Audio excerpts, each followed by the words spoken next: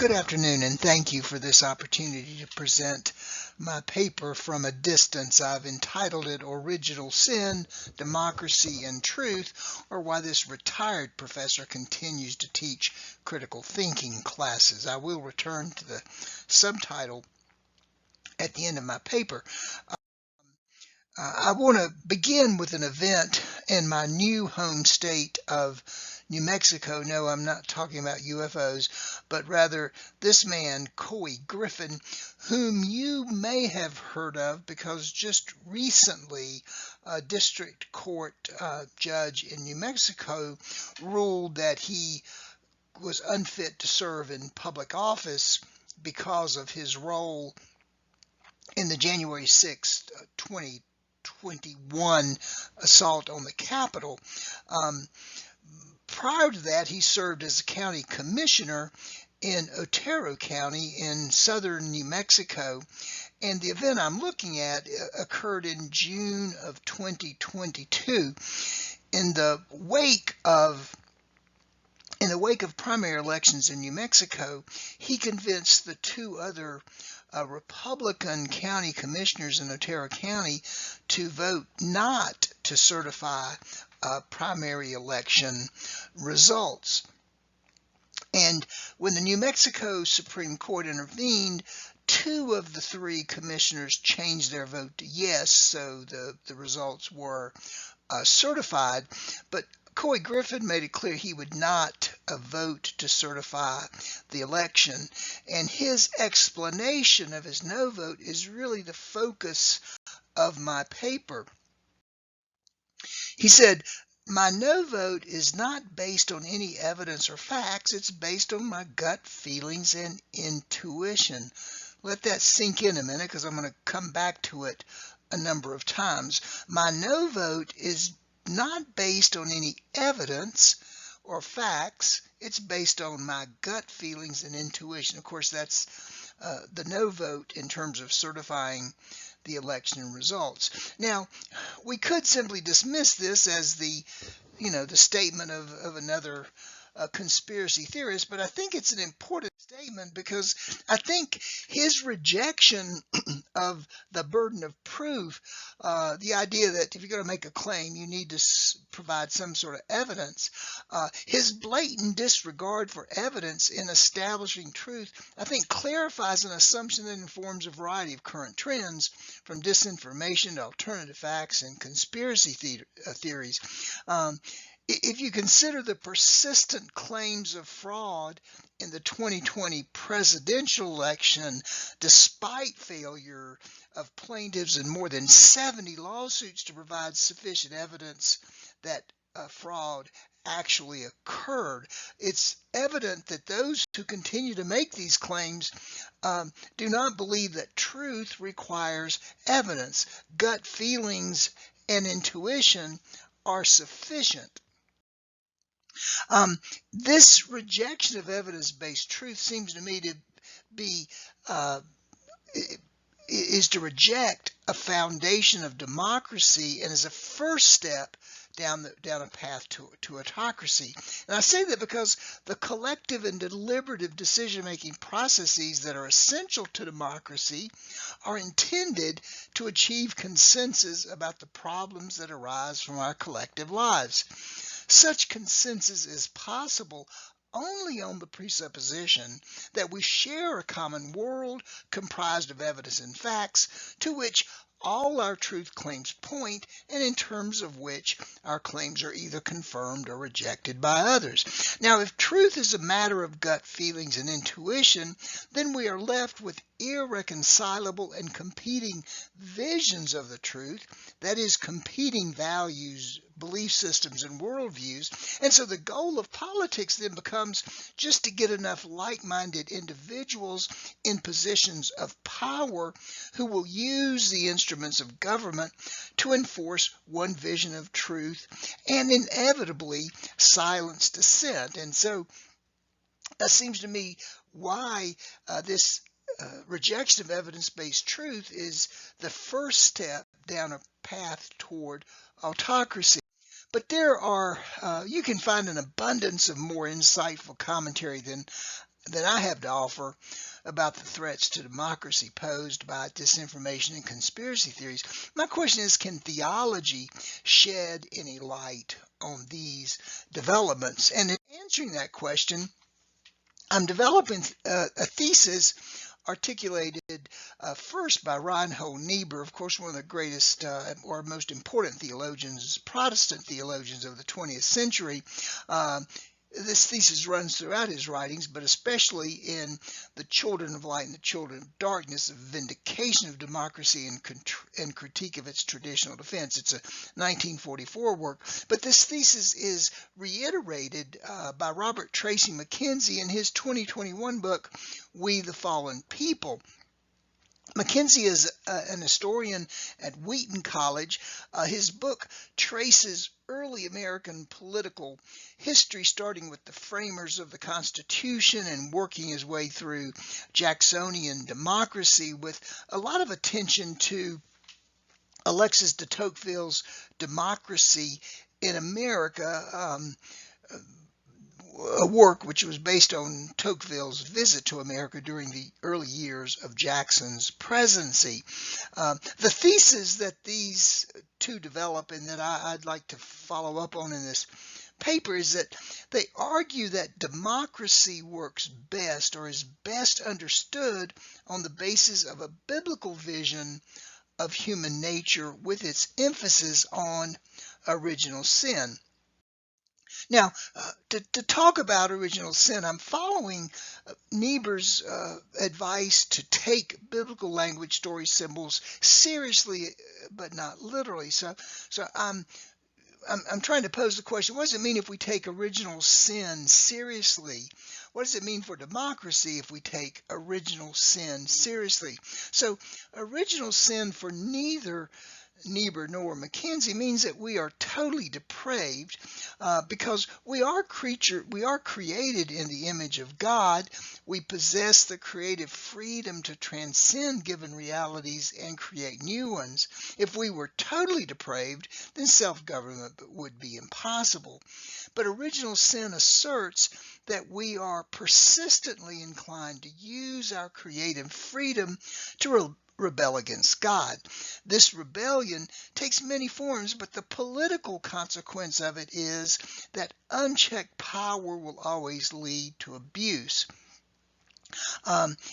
Both writers suggest that the superiority of democracy to other forms of government is due in part to the fact that it accounts for both the creative and destructive possibilities that define human nature. Niebuhr states it like this: the human capacity for justice makes democracy possible. The human inclination for injustice makes democracy necessary. I've paraphrased that just to remove the use of man rather than human. McKenzie states it like this: the framers of the U.S. Constitution believe that humans are not totally depraved, but not reliably good. So McKenzie emphasizes that the checks and balances built into the Constitution are based on an affirmation of original sin.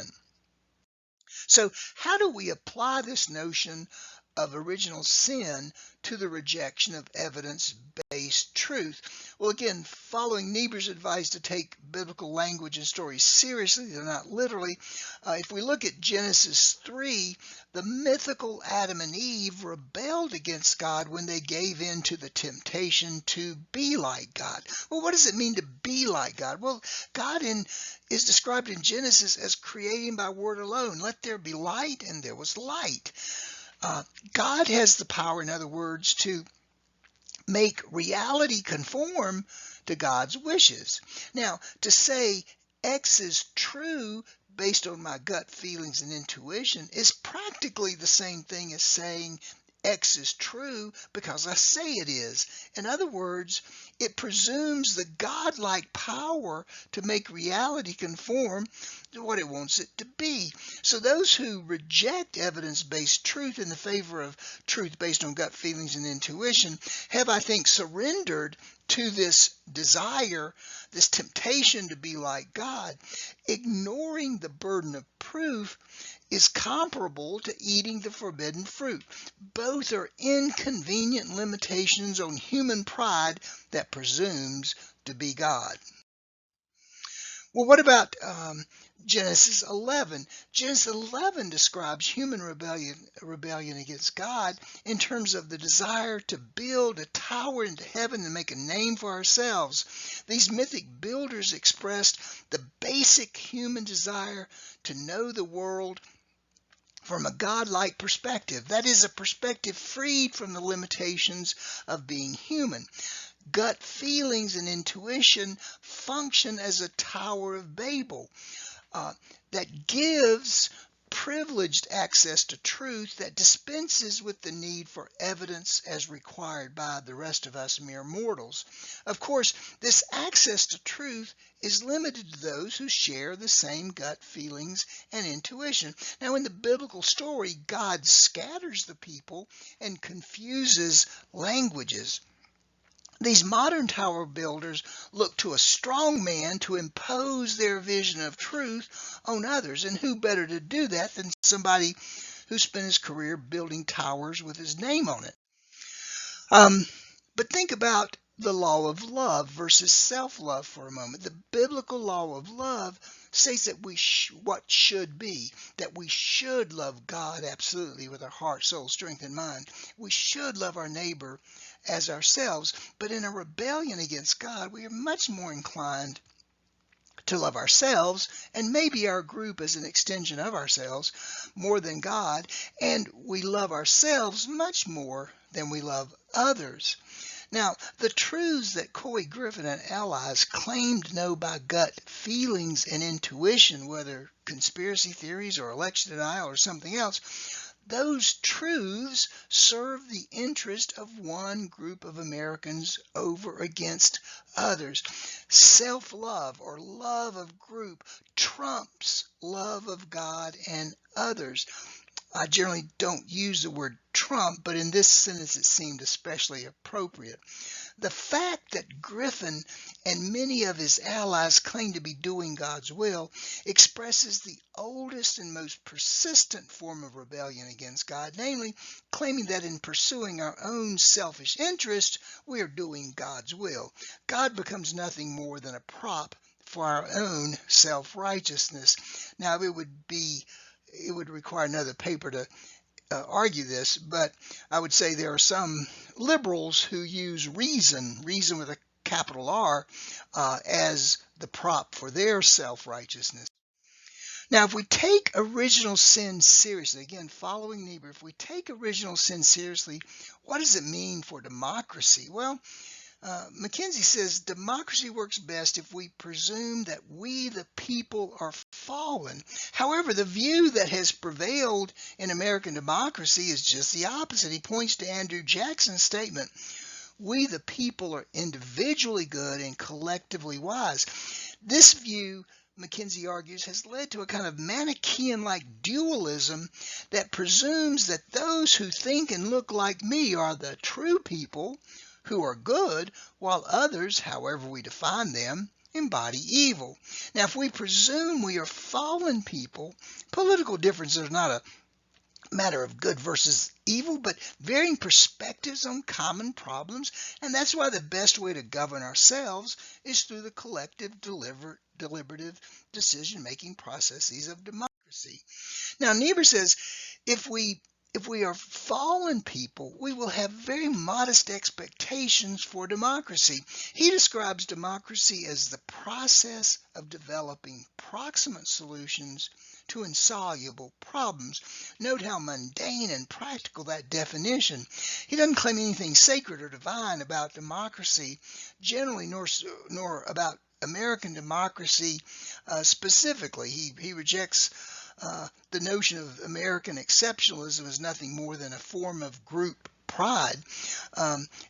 we also have to recognize democracies will never achieve perfect justice, and we have to be really skeptical of those who have some sort of grand vision of a perfect society. Such visions will always become justifications for violence. The collective deliberative decision-making processes of democracy may not achieve perfect justice, but they're our best hope for developing more just societies. That is processes that help us move more closely to justice in our society. Now, if we take original sin seriously, we're going to use it not just as a principle of criticism of others, like I've done with Coy Griffin and his allies, but it has to become a source of self-criticism as well, recognizing that I'm just as prone to the errors and flaws that I so readily see in others. At the same time, we will avoid a kind of magical thinking that ignores or underestimates the injustices of which we are all capable. Now, in practical terms, what does that mean?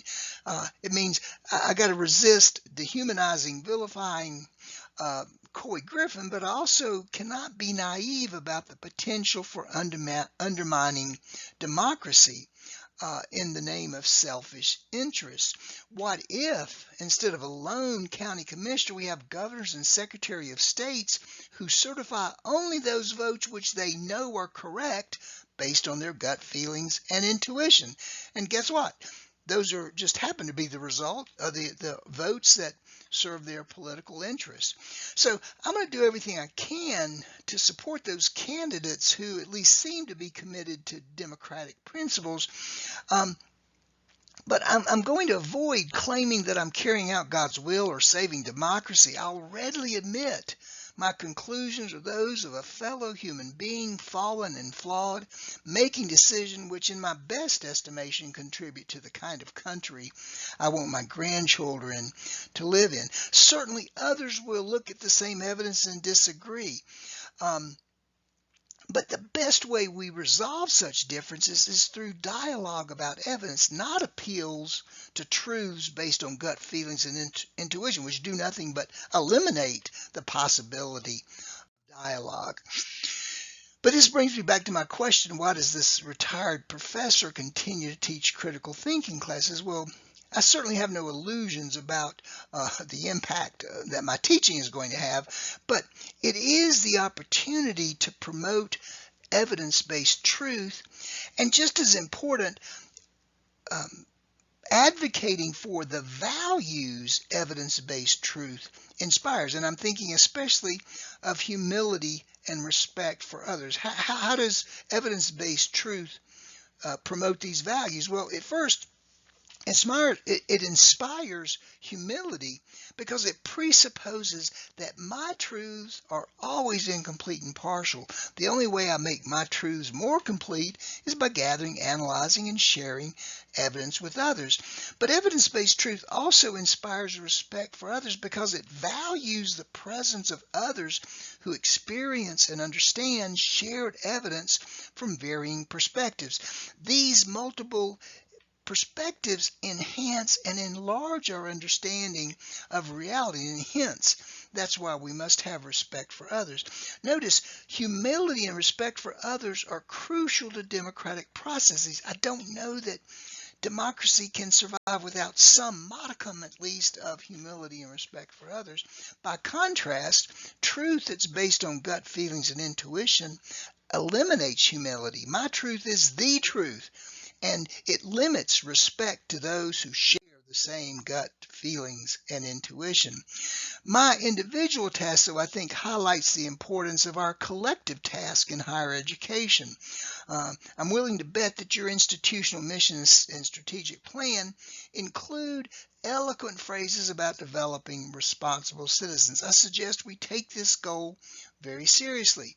Developing responsible citizens does not involve developing progressives or conservatives or replicas of ourselves, but it involves helping our students apply the critical skills they learn in our disciplines to the practical affairs of politics. In doing this, we will help our students develop the humility and respect for others that are essential to democracy, but which are also consistent with the wisdom about ourselves expressed by the doctrine of original sin. Thank you.